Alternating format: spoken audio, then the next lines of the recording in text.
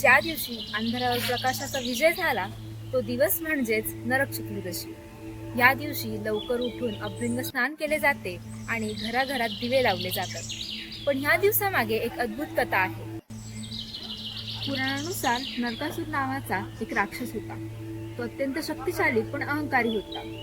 त्याने कठोर तपश्चर्या करून ब्रह्मदेवांना प्रसन्न केले आणि त्यांच्याकडून वरदान घेतलं की त्याची आई सोडून त्याला कोणीही मारू शकणार नाही, कारण त्याला विश्वास होता की आपली आई प्रेमापोटी आपल्याला कधीच मारणार नाही।